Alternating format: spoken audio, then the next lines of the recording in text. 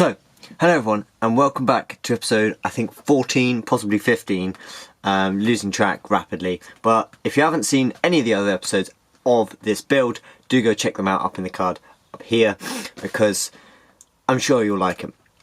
Anyway, in this video, it's all about the ceiling, as I'm sure you know. We're doing a pallet wood ceiling, as I'm also sure you know.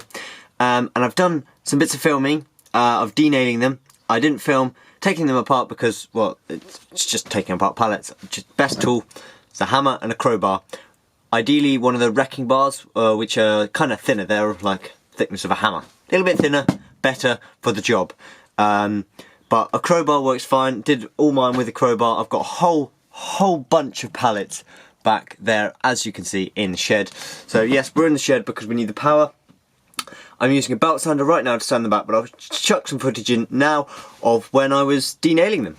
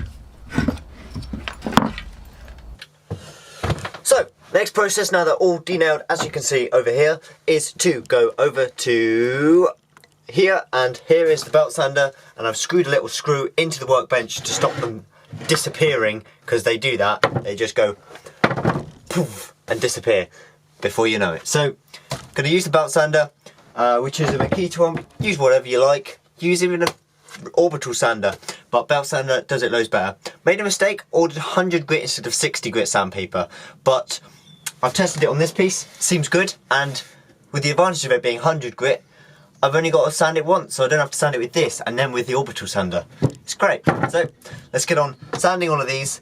I'm gonna pick a side, sand it, and if I don't like it, then I'll sand the other side and see. But this one, definitely loving the look of that. It looks amazing. So let's get on sanding some more.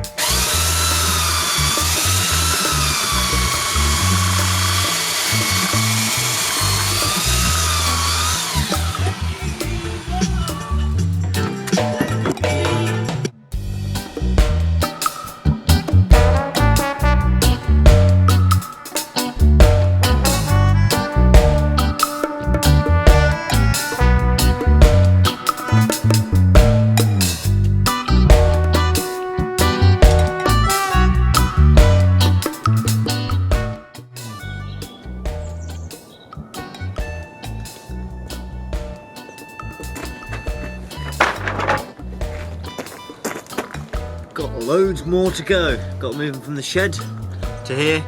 Right, cut them with the chop saw, put them on the ceiling. Let's go.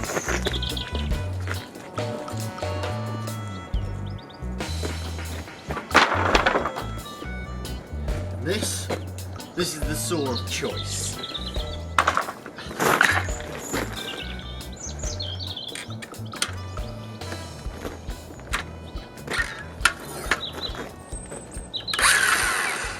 Hello everyone, so basically I've got the chop saw here, got a massive pile of pallet wood here, and they're all different lengths on the ceiling obviously, just in between the battens, which are attached to the ribs of the van, but surprisingly they are still different.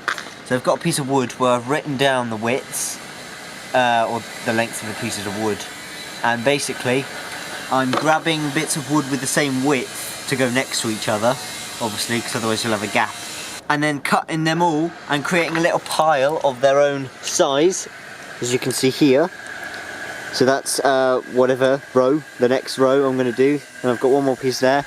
As you can see, I put one length in so far. So there we go. It's a good start, so let's get going and cut some more of these measurements, picking out some correct width piece of woods.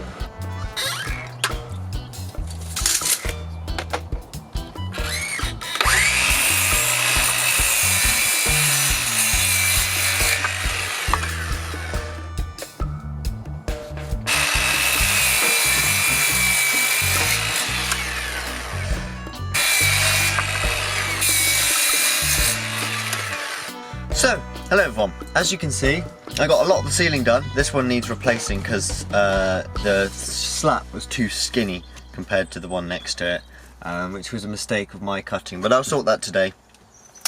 Because today, lights. Little puck lights, not the recessed ones, just the ones that you can unscrew and screw to the ceiling itself. Not that I can actually get this one apart, but anyway, yeah. So I'm going to have one here next to the skylight, one down here, which will be controlled by a dimmer switch on the bulkhead, so as you walk in you can have light straight away and you're not stumbling around in the dark trying to find where you are. And then there'll be one roundabouts in the middle of the bedroom area, which is probably going to be about there, I think, but in that big slat, the wider one. I put that dead centre. That was the first one I put in to house the lights, this big fat one here.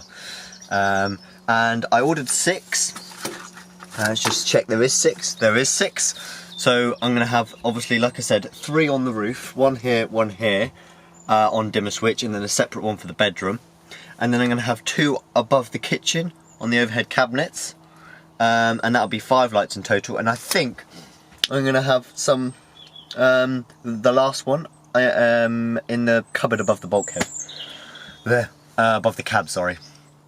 So yeah, still got this half of the ceiling to finish, but that's so I can thread the wires in this way. Over this side, in the bedroom area, there's a little coat hanger here, and because the cable was going to come through the roof, run down, along here, and there's going to be a dividing wall here, and that's where the diesel heater will be mounted. I don't know if you can just about see the diesel heater control there. And the diesel heater control and all the cables and everything will go up there, and that's how also the overhead lights will be powered. Hello. So yeah, let's get on wiring. This should be fun, and then we'll have lights by the end of the day. I am going to temporarily wire them through this switch, which I just have. It's a main switch, but a switch is a switch. It just breaks a line, so it works with any voltage. So that's what I'll be using temporarily until I get my lovely dimmer switches. So, hello everyone. I've got this one in, and I'm going to show you how I did it with the last one. So basically I took down the panel. So, once the panel's down, make sure you remember what end it was. Well, that's if you have already had the panels up. And then I get a light, and I'm going to face you in the right direction. So you measure out where you want it, and I've worked out I want it 15 centimeters along this piece of wood, and half of this piece of wood is 6 centimeters.